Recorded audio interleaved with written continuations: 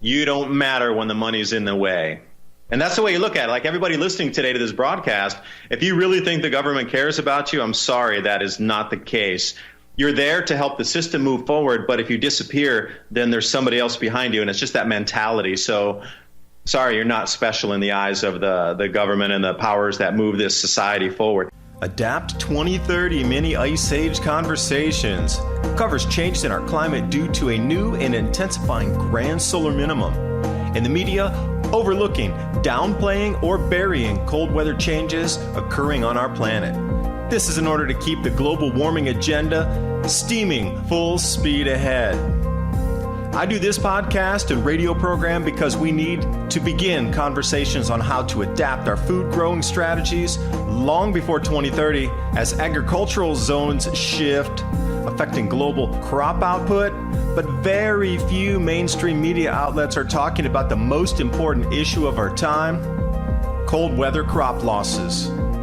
Our sun is going through a 400-year cycle, which has effects on our weather patterns as our magnetosphere weakens and the jet streams go out of flow. It's not CO2, it's not you, it's the sun. Are you ready to thrive in the grand solar minimum? Then join me for Mini Ice Age Conversations. I'm your host, David DuByne. If they were doing solar radiation management, David, would they not tell us if it was just beneficial uses, if that stuff that they put up there, heavy metals coming back down on us, and generally heavy metals, except for in trace amounts in our bodies, are something that's kind of detrimental to our, what we call life? Yeah, I would agree. And again, the fear factor, if you give people two choices, you got solar radiation management or geoengineering, where they say they fed us this whole CO2 causes warming. So, on the other hand, people, even though they know geoengineering is going on, they're like, well, even in their underbreath, well, we don't like them spraying the metals, but, they're trying to stop all the runaway global warming.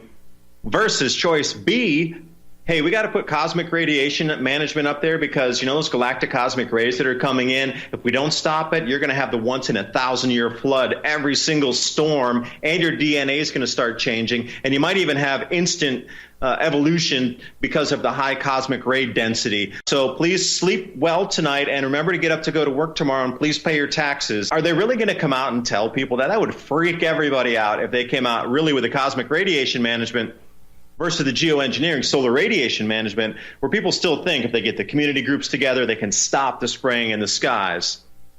I think it's another layer of the onion a little bit deeper, but giving human psyche, would you tell the truth to the masses? Would you really? They do it kind of subconsciously. It's like, now it's like you can go out and you can buy UV resistant clothing, and it's kind of the new fad and everything. They don't tell you that, we never used to need that because there wasn't that much UVB coming through. And, it's a 10 today on the UV scale, and be careful out there and don't go out during this period. They're kind of subtly telling us that, we're in a lot of trouble, but they're not really telling us why or what its causes might be or if there's any way that we could protect ourselves against it. Well, that upset the balance of finance on the planet. There's a number of people required to keep everything going. They go to work, they need to pay taxes, they buy stuff, they pay taxes, they work. You don't matter when the money's in the way. And that's the way you look at it. Like everybody listening today to this broadcast, if you really think the government cares about you, I'm sorry, that is not the case. You're there to help the system move forward, but if you disappear, then there's somebody else behind you, and it's just that mentality. So, sorry, you're not special in the eyes of the government and the powers that move this society forward. I wish we were doing it a different way. I'm really trying my best to try to bring my little specialty for the explanations of the changes in the sun so people can have better awareness to try to get ready for these changes that are ongoing at the moment. It's not going to start in the future. It's ongoing. Like when we were kids, do you remember ever having a UV 15 day? Like I can never remember that as a kid where it was UV 15. Now it is always 12 or 15. When it was 7, your mom would be like, sunscreen on 7, and now it's 15. Yeah, it's something, even 20 is sometimes. It's incredible, the changes. Even in the middle of winter, I'd be out, duck hunting or something like that, and how many ducks flying around. It's like, well, got up real early, I'm tired, I'd find a little hole in a thicket where there's a little patch of sun coming down through a thicket, and I'd crawl up, in the weeds and the vines down there, and take a nap, and that warm sun, it really felt good. Now, you try and do that, you find you a little hole in a thicket and curl up on it, and the sun stings. Even during the winter when it's cold, it doesn't feel good anymore. Yeah, and these expected UV changes as the sun reduces its output moving forward. And I'm going to say something bold here, but I do believe the sun's going to go through a spectral change as well. So we've seen it go from yellow when we were kids to white, and there's a distinct color difference in the sun comparatively when we were kids. Like that yellow I remember as a kid, this white sun we're seeing now is completely different. Now, as we transition deeper into this grand solar minimum, I would say it was somewhere around 2028, 2030, the sun's going to shift to a slightly blue tinge. Now, imagine the effect on society when people look up and see a slightly blue tinged sun. How are they going to explain that to everybody? But the UV will be so far off the charts by that point. I mean, it'll be like one of those space movies where they're on the other side of the moon where they put their arm through the shadow and it almost catches on fire. It'll be something like that. I just want to explain to folks out there again, you're not trying to scare anyone out there. What you talk about might have scary implications, but we're just trying to inform people of what we've been lied to about, how much we've been misinformed, and trying to get them to understand the reality of our situation a little bit better. Is this what you're trying to do, Dave? Yeah, that's right, because you're in this with me. I'm in it with you. There's nowhere to run. If we had anti-gravity crap, perhaps we could escape to a different planet and wait this thing out. But we're all here together on this planet. And I'm going to go through the same changes with the climate on the surface of our planet as you are. So if people are more prepared as to what's going on, maybe we're all more prepared. Because I look at it as I'm doing my preparation and I have a fair few people around me. But what about yourself? What if you have a fair few people around you and then our communities can connect and we're all more readied? This is the kind of state that I want to explain the problem and then offer the solutions. I don't want to just talk about the problem and say, hey, get scared, there's a big problem. This only comes once every 2,000 years, this rain cycle that's coming back and the weather patterns are going to shift and we're looking at a multi-millennia cycle here. I wouldn't just run away and leave you with that info. I want you to get the solutions. Okay, you got to explain the problem first so then you can understand the solutions.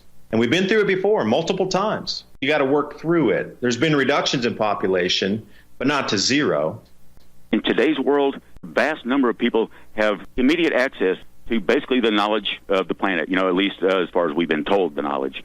But simply because you have knowledge does not mean that you are knowledgeable, that you can take that knowledge and you've actually thought about it and thought about the implications that string of words might mean. You might have knowledge, but that does not mean, simply because you know that there is something called geoengineering going on, does not mean that you've actually become knowledgeable about it. You've actually sat and thought about its implications, what its possible benefits might be, what the negatives might be. You just know that there's something called geoengineering going on, and that's stuff coming out behind the planes up there. It does not make you knowledgeable. You might know about it.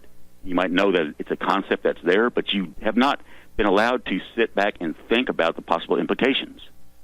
That's knowledgeable in my field of view. And speaking of cycles, my new book with my co-author Bill Porter, Climate Revolution, a must-read for understanding our sun-driven climate. As we progress deeper into this new Eddy Grand Solar Minimum, weather extremes leading to global food scarcity and higher food prices are here now. This book describes the expected changes, how to survive and thrive during future challenging times, and also practical preparations. The entire book is interactive with over 250 links, so you can click and go out to the scientific aspect of what we're talking about with the repeating cycles in this grand solar minimum. The science is explained so you understand the mechanisms. The solutions are there because we know we're going to face these exact same problems again that were faced in the Maunder minimum, the Sporer minimum, the Wolf minimum. Find designs for building greenhouses, grow guides, beamed soil techniques, as well as bioreactors to create your own growth hormones for the soil. Available now, the new Adapt 2030 Climate Revolution. The link's in the description box below. Yeah, walking through the scenarios, and again, I come back to the food production because the food production of a country is really its productivity, because you look at nations around the world that don't have any of their own domestic or very limited domestic food production, they're generally not the strongest economies on the planet. So I really believe in my own mind here that food is the economy of a nation. So, talking in practice, looking on your computer screen on how to grow food, okay, go out and grow me 50 kilograms of something, whatever, XYZ. By the time you even realize how to go out and get those skills together, it takes years to get all that. I'm still learning on how to do our vertical tubes here and which ones are working best in which season and whatnot. I mean, to learn, you got to go make the mistakes, and then you can kind of learn and get that knowledge, because knowing something is way different. You got to practice it. You got to understand it. And, crop growing or any kind of food growing is a perfect example of that. I agree with you. That production of food, that helps us stay alive, to exist on whatever plane of existence we are on, whatever you want to call it. We've been taught that, say, sitting in a cubicle under fluorescent lights in front of a screen and you create an app, is that creating something? Well, it's expanding the economy, but when it comes down to it and you're hungry, you can't go in there and grab that app out of the fridge and eat it and continue to exist on this planet. It's growing the economy, and I guess they call it, you've created something, but it's nothing that is actually pertinent to our existence. When it comes down to it, does it make life more convenient? Well, yeah, possibly. But, it also always ends up being more trackable and traceable at the ultimate end of it. Like I said, everything has been weaponized against us in one way or another, and it really has nothing to do with our continued existence. You can't eat an app, even though it has been created. It's nothing to do with our existence. Yeah, and those things only work as long as everything else works in that chain to provide, even the most basic, such as electricity. Now, if you lose the internet, because look around the planet, all these outages we've had from New York, the explosions over in the refineries, was that over there, East Coast? We've got the South American outages. We got the West Coast outages, the undersea cables for the internet twice. Like, what is going on with the, what was considered stable infrastructure for electricity and internet communications? And it's not happening just in North America, South America. It's over in Asia, down in Africa. It's happening everywhere. So what is it with these? Is it a frequency change where something's suddenly magnetically starting to be a little bit different? Because, if you reverse the polarity, or polarity gets changed a little bit in certain areas, it's definitely going to affect electricity.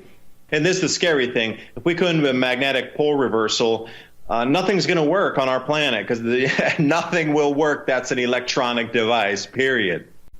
Would that have on the crust, that's on the outside of this planet, this giant dynamo that we're riding through space on? Where did the Rift Valley come from? And so all of a sudden you're going across Africa, and all of a sudden, boom, great big gouge in the earth. What caused that? Was it just an earthquake, or was that like the poles shifting and coming across and ripping a big rend in the surface as it's going across? Because it probably does have some major effect. Hopefully we won't find out, but maybe we will. It could have been electrical arcing from another space body passing as well. True. Because you look at some of these contours on the planet, and they replicate them in a lab when you're putting arcs on different kind of strata, especially like wet clay or something. You start to see the same striations coming off, and crater formations or kind of dendritic ridges that are going up, and the way mountain formations are formed by the same ion patterns coming off of.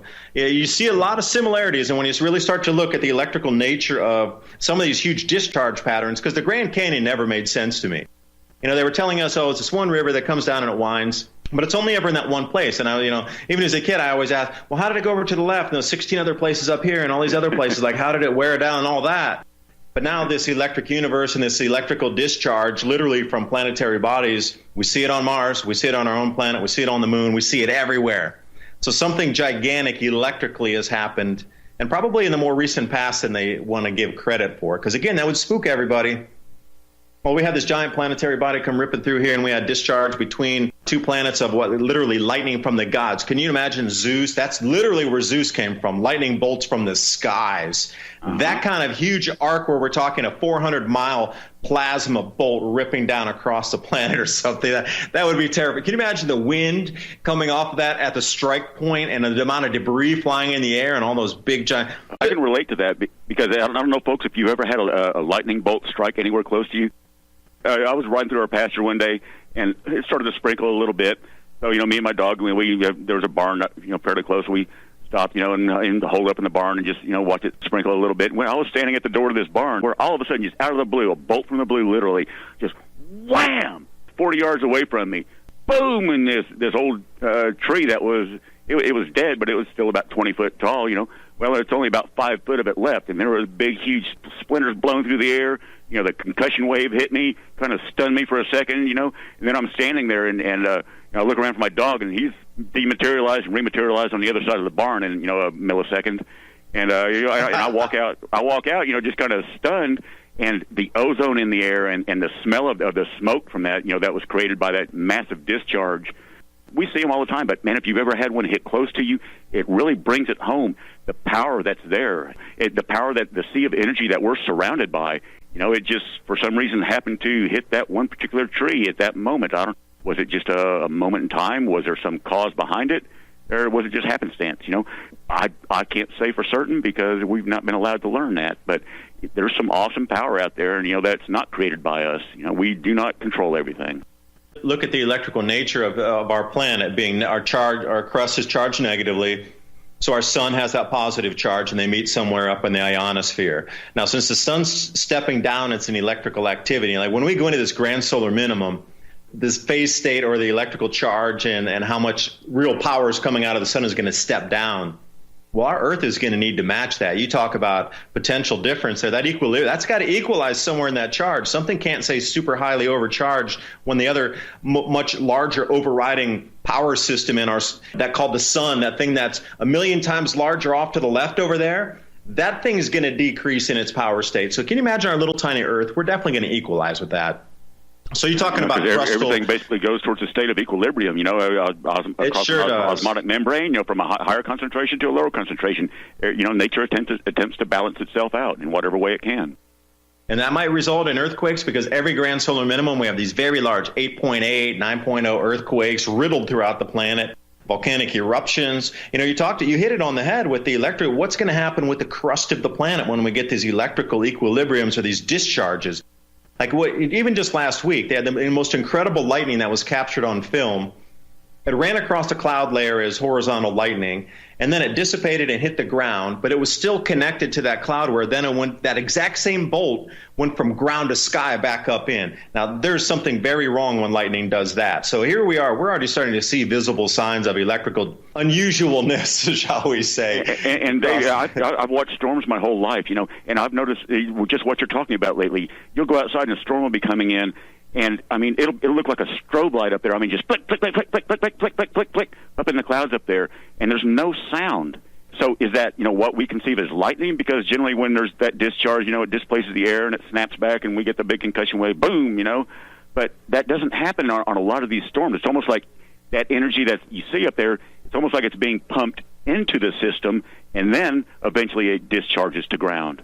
I have no other way to explain it than that possibility. These ionospheric heaters, are they pumping energy into a system to create a certain effect? Yeah, there's so many unknowns. And, you start to see these sprites and these blue jets. Some of these things were legend before. I saw a red sprite at the top of the thunderhead or at the top of an electrical storm going up to the ionosphere up there and discharging out through that layer. But you're starting to see almost every single large electrical storm now has visible sprites, and not little ones, not little tiny ones. They're taking up a quarter of the head above the thunderheads that are there, that electrical storm itself. These things are getting much more intense, these visible light wave kind of effects that we're seeing.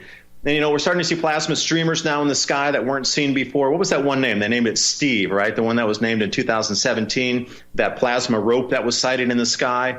First time it's ever sighted in 2017. Now they've seen it 4 more times since then. What's going on with the plasma glow mode, where that thing's highly charged enough to go visible where our eyes can pick it up along the magnetic field lines, but it was only once before, never seen before. Now we've seen it 5 times in the last 2 years. Like, where did that come from suddenly? Because seeing it once for the first time and then seeing it again and again and again, something definitely upticked in terms of charge rate on this along the field line currents coming down into the poles. The potential right, there. Are we experiencing more of that, what do they call it, the fourth state of matter, plasma? That we haven't, I was never taught a lot about plasma physics. I guess if you went into plasma physics, you might learn some about it. But once again, you're taught what the technocrats want you to be taught, and you might know more about plasma, but you don't possibly really know the ultimate uses or whatever plasma is. It's a strange thing. We can come back into the Chinese with the representations of the dragons in the skies. In my firm opinion, we're going to start to see some visible signs in the skies. We might even see dragons in the skies. We might see squatter man, different kind of petroglyphs and different types of things that are on cave walls or, cliff faces that were drawn by the ancients. I really believe we're going to get to that level of highly electrified atmosphere as we move forward, where we're going to see strange sky phenomenon. But it'll be electrical in nature, so it's not to be scary. But it's just a cycle. And, these ancients across the world have left us so many signs that our skies did become more highly active and much more highly charged. So to get ready for it again, those were the signs. These are what you see written and carved in stone across our planet for the last, 30,000 years. Those are things they really saw, and they're telling us it's coming back again. And I believe this is a cycle that's coming back. Kind of like the Romanian Sphinx in the Basagi Mountains up there, the giant pyramids being found in China and all across the planet. We're not told a lot of things, folks. We've been kept stupid. I went and visited those up in Xi'an, around Xi'an, and then the real place where more of those pyramids are on Shenyang. It's outside of Xi'an, about maybe 20 or 30 kilometers. But there's hundreds of those, hundreds. The biggest one is the Qin Tomb, but it's a pyramid. But then there's a whole line following that ley line going out another, a couple hundred kilometers of just pyramid after pyramid after pyramid along that same line. So those pyramids exist. They're earthen pyramids, and they don't have the pointed top like Egyptians, or flat top, more like Central American pyramids. But anyway, they're out there, incredible stuff. And if I could mention my book quick, since we had our last talk, I completed a new book called Climate Revolution, which goes into everything we talked about tonight. It explains the problem, the first part of the book, and then the second part of the book is all about the solutions and really what you can do to take action for this hopeful period we're coming into. I think it's the greatest opportunity in human history if you can see where the cycles have been previously, and then you can map them out to see where the opportunity is moving in the future. It's titled Climate Revolution, David DuByne, Adapt 2030, and it's my new book. It's available as a digital copy only with 300 hyperlinks within the information, so you can go off and then do your own research on top of what I've written along with my co-author. That sounds great, David. Yeah, I appreciate you giving me your time here. It's been an interesting conversation. I love talking about this stuff. I love the possibilities. But that requires an open mind to even be able to see these possibilities. And I appreciate you giving us your time, and I sure hope that we get to talk again in the future. Like I said, I'd love to do a 2-hour program with you, and we just scratch the surface of something else again. Unfortunately, because man, like I said, I could talk to you for a month probably and not even hit everything I want to, but. It's been interesting. I think a lot of people out there like hearing about this stuff, and I definitely do appreciate it, and hopefully we will be talking in the future, Dave. This video is brought to you by our friends at TrueLeafMarket.com. Heirloom and organic seeds for any grow zone on our planet.